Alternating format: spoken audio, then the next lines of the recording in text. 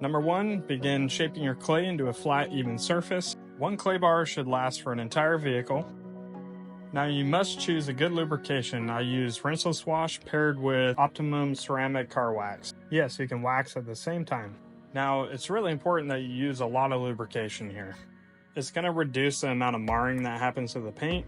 Now, if you don't know what marring is, it's basically another form of an imperfection in your paint. You will notice mainly on darker color vehicles, especially black. Okay, so apply no pressure to the paint, just you're maneuvering it along the paint. You're not rubbing, you're not pushing, none of that. You should not be working hard here. Okay, so let me remind you what we're doing here. We're removing contaminants from the paint. You will feel these contaminants as a rough feel with the clay bar. It will almost feel like you're rubbing sandpaper. But after a few passes, you're going to notice that it feels super smooth again. After one small section, you're going to notice this on your clay bar.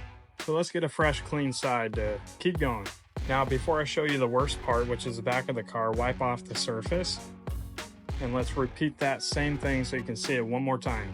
But the very back is really bad. It collects all that brake dust and nasty stuff driving down the road.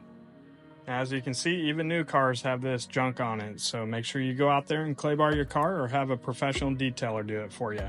Thanks for watching. If you have any questions or concerns, make sure you comment below. Also, don't forget to like and subscribe.